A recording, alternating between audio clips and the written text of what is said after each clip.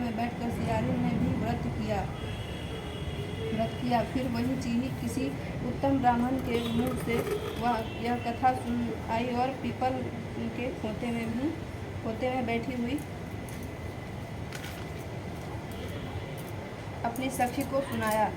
सियारिन ने आधी कथा सुनी थी कि उसे भूख लग गई और वह उसी समय शव से भरे उस शमशान में पहुंची। वहां उसे इच्छा भर मांस का भोजन किया और चीही बिना कुछ खाए पिए रह गई और सवेरा हो गया।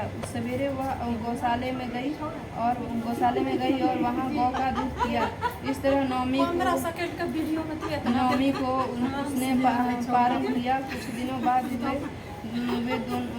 वे दोनों मर गई और अयोध्या में किसी धनी या व्यापारी के घर में जन्मी। संयोग से उसमें से कटिंग कर दी। दोनों का जन्म एक ही घर में हुआ। हम कटिंग करके भेज देंगे।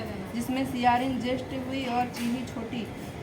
वे दोनों सभी शुभ लक्षणों से युक्त थी, इसीलिए बड़ी लड़की का राज करती और छोटी लड़की उसके मंत्री के साथ ग्राहपत्य अग्नि के सामने विधि पूर्वक ब्याही गई।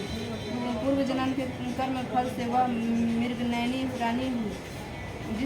जिस किसी के संतान को उत्पन्न करती वह मर जाती।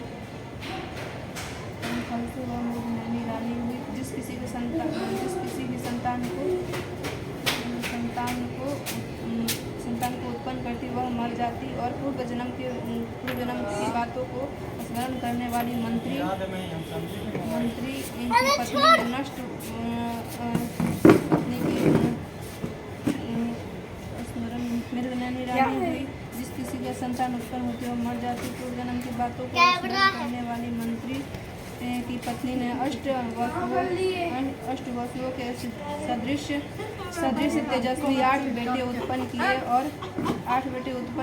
और सभी जीवित रह गए। अपनी बहन के पुत्रों को जीवित देखकर ईर्ष्यावश राजपत्नी ने अपने स्वामी से कहा कि यदि तुम मुझे जीवित रखना चाहते हो तो इस मंत्री के भी पुत्रों को उसी जगह भेज दो जहाँ मेरे बेटे गए हैं, अर्थात उन्हें मार डालो।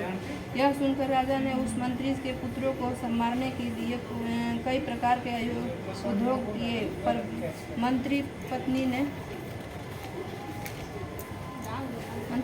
जीवित पुत्रिका के पुण्य बल से बचा लिया। एक दिन राजा ने अपने आदमियों से उन पुत्रों का सिर काट कर पिटारी में रखवाया और वह पिटारी उनकी माता मंत्री पत्नी के पास भेज दिया। किंतु वे 8 सिर बेशकीमती ही जवाहरात हो गए और भले चंगे वे 8 लड़के अपने माता के पास वापस पहुंच गए।